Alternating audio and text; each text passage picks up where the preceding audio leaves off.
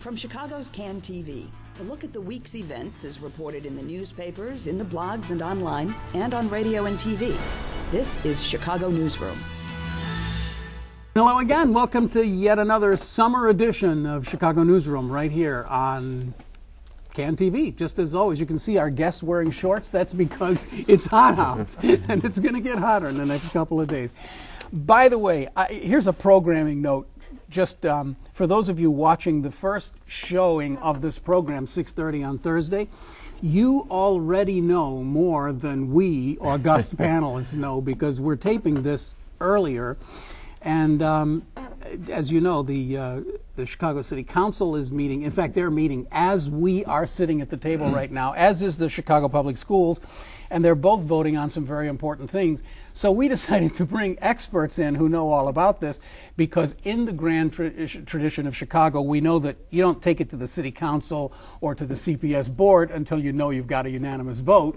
So we're just going to assume they're voting yes on these things. But we're talking, of course, about the new discipline code for the public schools. We're talking about the change in marijuana sentencing that's going to pass the Chicago City Council, we think, in the next few minutes. So if it does, too. And ceasefire, the ceasefire doesn't go to the City Council though, so that's a done deal, I think, right? Well, that's part of it. He's Steve Franklin. Steve Franklin is joining us today. He is the president of the Chicago Headline Club and also with Community Media Workshop, and glad to have you back today. Randell Strickland is joining us today. Randell is from the Illinois Juvenile Justice Commission, been on the program before, and we're glad to have you back Glad again, to be Randell. back. Thanks. Thank you. And also a guy from the not sometimes, the Reader, right? From Rapports Media, we have Ben Joravsky joining us here today. Thank you, sir. Ben, of course, with the Reader. And I want to say before we go into the depths of this conversation that the piece that you wrote, Grass Gap, and the pieces that followed on from that from the Reader are some of the most important seminal writings on disproportionate sentencing and the whole mess that has become marijuana sentencing in Chicago. And you guys did that at the Reader, and you did a terrific job, and you've been recognized by Steve's group. You got a Headline Club. Yes, my mind just went blank. What are they called? Chicago Headline. The Lissiger. A Peter Lissiger Award. Oh my Yes. God. Okay, and lots of others. So anyway, I just want to say that you, that your writing on this has been really important. However, not important enough to have gotten the attention of the mayor, because we read today in the Chicago Sun-Times that the mayor has decided to essentially act on all the stuff that you said needed to be acted on a year ago, but it was because he went for a ride with some police officers and they told him that it was time for this to happen. Is that what it is? Yeah, It wasn't he took a poll and discovered that 90% of Chicago wants the thing legalized, so we'll take it a small step. First of all, he didn't listen to me because I want marijuana legalized. Yeah, okay? yeah, So he yeah. only half listened to me. Right. But anyway, I'll take any credit you're giving. So Well, here on this show, we give the credit where it's due. Okay. So that's the way it is. And also, the mayor. I'm sorry, guys, but we these are like little weird observations. Yes. But I also read today, I believe in the Sun-Times, that the mayor was inspired to do this thing with Ceasefire after he went to see The Interrupters, the movie. It wasn't because of a policy change that came up within the Chicago Police Department. He just saw a movie and said, hey, we should do that. Yeah, So, okay. whatever. I can't believe that. I Well, mean, there's the worse city's reasons too for doing things. sophisticated to do that. They don't, maybe he realized it, but there are too many people around in Chicago who know what's going on. Ceasefire has been here for a long time. They had a big effect. They've worked in districts. The police have worked with them. So maybe he realized it, but he wasn't listening to the people around him, or they didn't knock on his head and say, Rom, this is what's the matter. It certainly makes for a nice story. That's for sure. It does. It's got a folksy kind of a ring Absolutely, to it. Yeah. and it helps promote the movie. Yes, So it good for sure that. does that. Yeah. So we've got the ceasefire thing to talk about today. We've got marijuana laws being changed. We've got these new discipline policies at the Chicago Public Schools, and just a bunch of other things we want to talk about. Your organization, the Headline Club, is having a very important meeting, which will be over by the time people see this show. Yet another thing that we're ahead of time. Well, because what we're doing is everything you said all comes from one issue, and in many ways, all of these are reactions to violence in the city. Yep. And so we're doing a workshop Thursday morning, and the workshop basically, and we're partnering with a new organization in the city that's brought together about 130 groups that deal with youth violence, and the theme is let's change the story on what violence is. And the message is we want the news media to know the many more sources than just talking to the police sometimes, or the guy in the corner, or a sociologist who lives in Boston. Also that sometimes the stories that we read, fit stereotypes, so we terrify people. Crime does not reign on certain black and Latino communities for no reason. There's a reason it's there. We leave people breathless when they hear stories about what's happening in Chicago because they think no one's doing anything. You know, we are spending hundreds of millions of dollars in some aspect of violence. I'm sure Randell can talk about that. And the last thing is the reporting, you know, gets us worried and frightened and never tells us what solutions are. You know, again, if you look at the jump to the news, so we hear stories about school suspensions. Why do we have kids suspended from school? Because we have kids also in problems. Why are we talking about marijuana? Because we're concerned about giving police more time. All these things come back to the one issue. And if only we could focus on the major issue, and that's what we're asking the news media folks. What's the context for the story? You know, and the last thing is, you know, Chicago talks about we have a murder rate. Well, Chicago doesn't have a high murder rate. 5 communities have a high murder rate.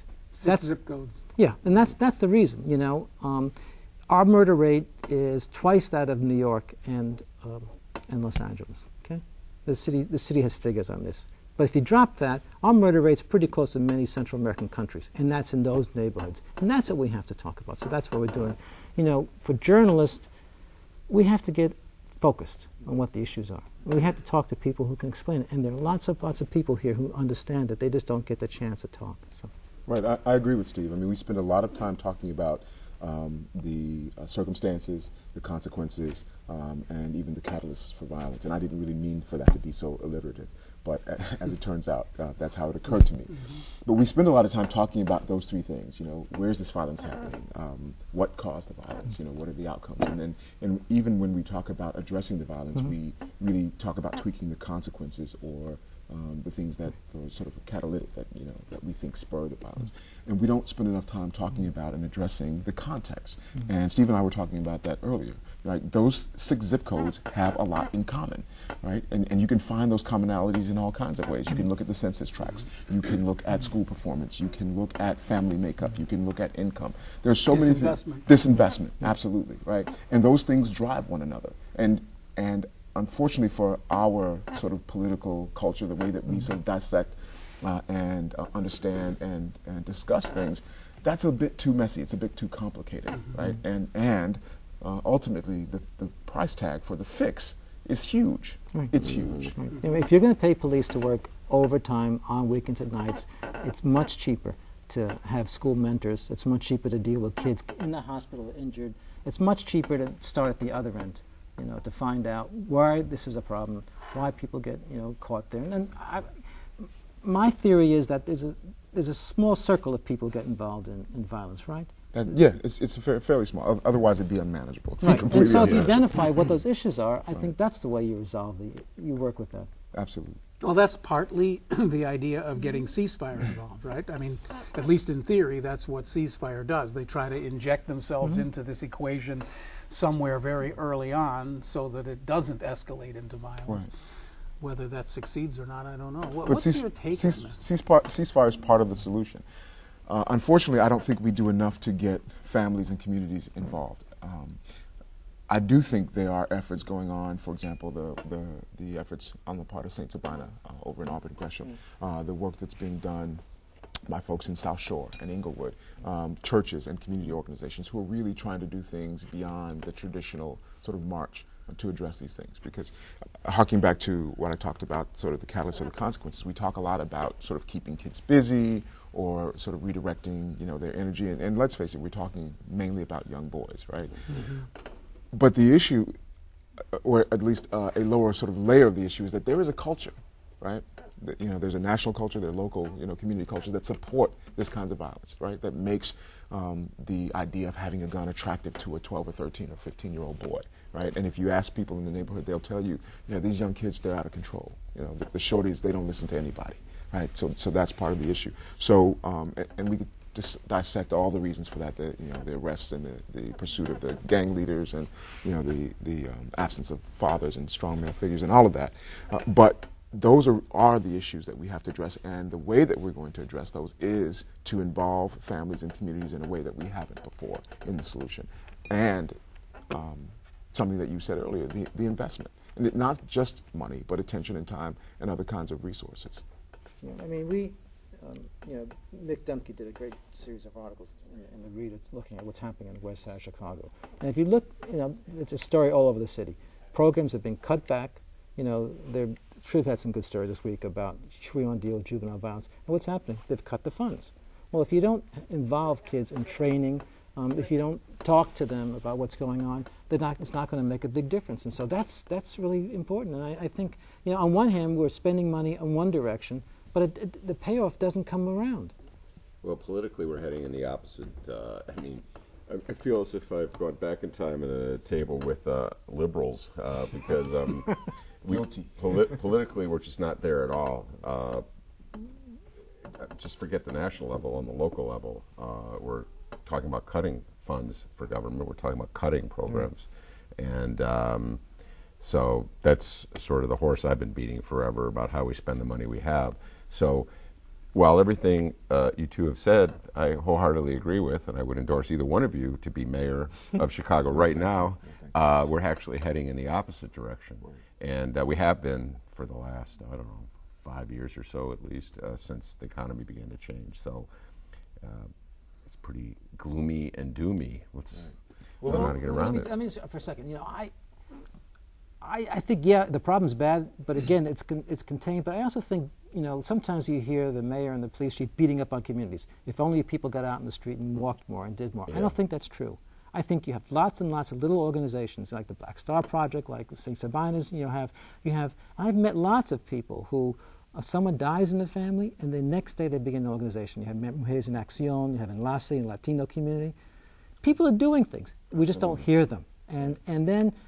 So we pick up a story. 15-year-old Steve Franklin got shot yesterday. Didn't want to go out in the street. That's all we hear about. We don't hear about all the efforts, and they're out there. Right. And so this reinforces. When things are bad, it scares the heck out of people. Right. And the shame of it is that you have organizations who are out here who are known by the police, who are known by the faith community, who are known by community-based organizations. They know each other.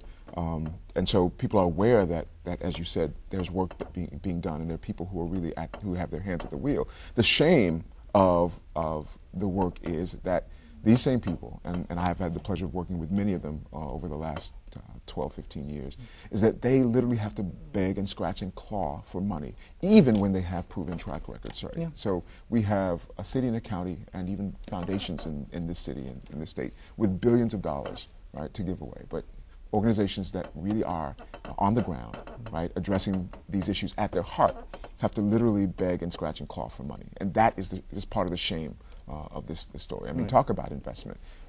You just have got to put the resources there, right? But ultimately, and I know this kind of thing makes people queasy, we have a culture problem, right? People don't like to hear that word, don't like to talk about it in that term. Yeah. But we really have absolutely got to get at the heart of changing our culture around violence and around weapons. We absolutely have to. And that is part and parcel of a long-term solution. You mean the mega culture? I mean both the mega culture and the microcultures, right? Because if you sort of look across, say income, right? You don't really have this problem with solidly middle-income African-American kids. You don't have this problem. Different culture, driven by a whole set of circumstances, right? Yeah. And in the small handful of upper-income African-American kids, you don't have this problem, right? And I think if you look across the board, across race and ethnicity, you'll see the same thing, right? So we have a number of factors, as I said earlier, that are really sort of feeding on and feeding each other to produce this, this madness. What Ben was talking about, we don't want to deal with the bottom line issues. Why do we have problems in the schools, and why are we beating on school teachers? It's their fault we have poverty. It's the teachers' fault that we have families that are dysfunctional. The teachers are really the problem. Well, that's not the truth. Absolutely not. How did you emerge from the Tribune? You sound like me. Unbelievable. Could they put you on the editorial page, please? No, I wasn't allowed in that room. No, but I mean, exactly. The point is, all these problems. There's a problem with the schools, or problems with housing. It gets back to we have parts of our society are dysfunctional. Right.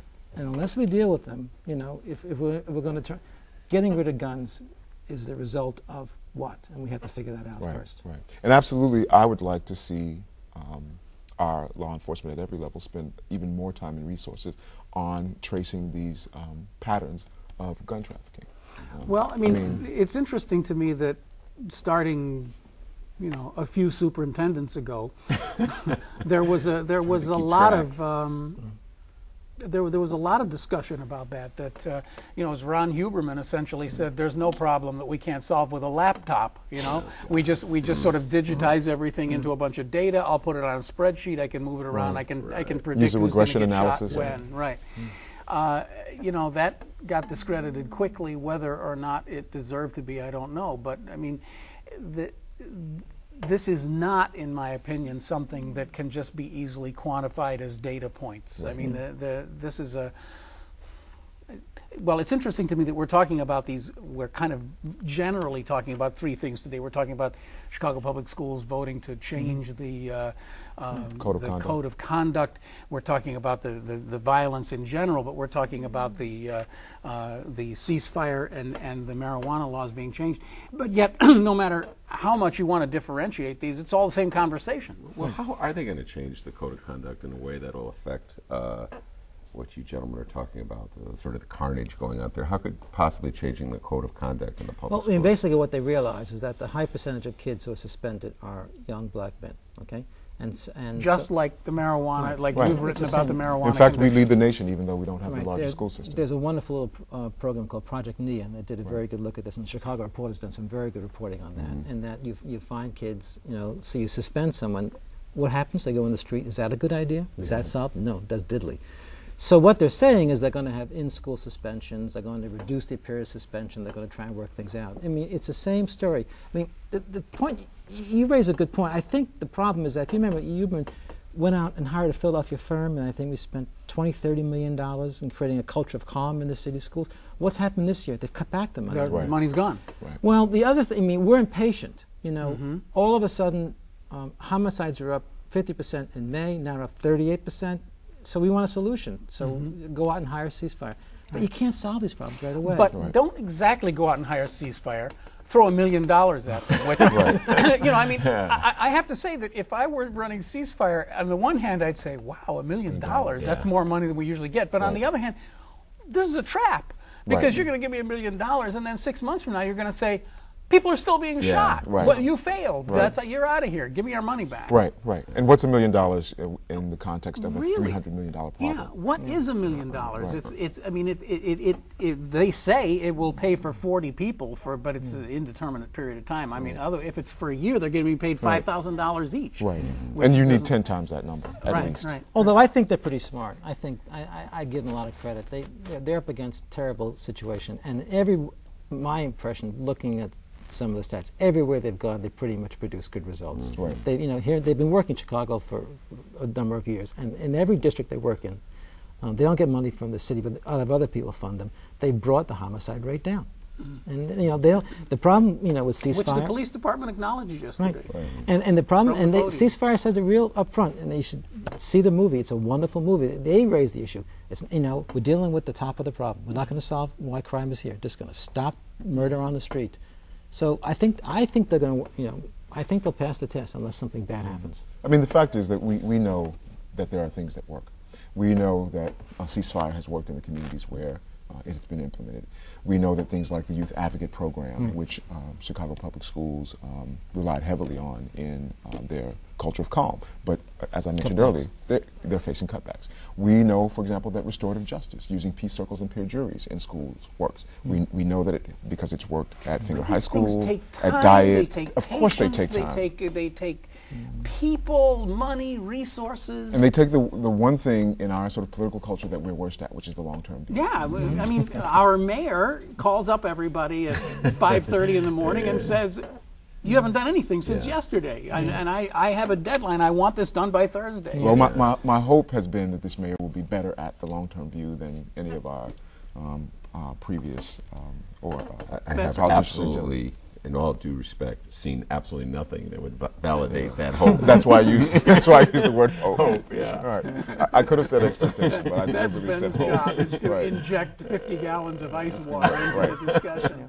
Although, the context is, things are, 20 years ago we had twice as many homicides in Chicago. That's true. Right. The homicides are coming down, and again, we get upset. We have this apocalyptic story, and we get 13-year-old shot going to a party, and because he was away, his mother sent him to Moline to live there to save him from the crime. He came back, gets killed over the weekend.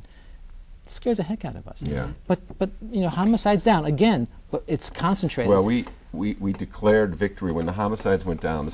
I'm so old, I've lived through all these things. Yeah. And was it 2003 when homicides were down? They declared victory. Mayor Daley, at the time, was the great champion and leader who's showing us a better way.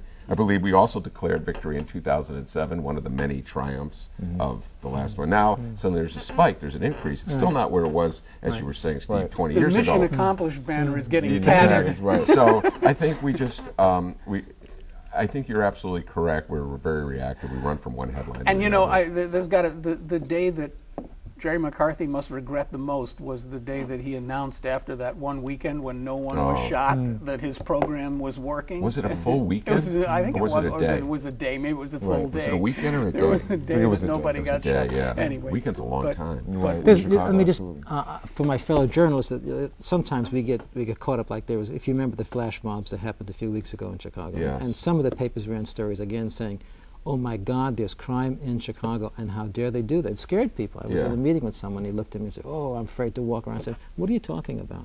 You have a small, yes, there was some bad incidents, but every day in some other parts of the city, 5 miles away, is a totally different world. Right. Put it in context. Yeah. 5 blocks away.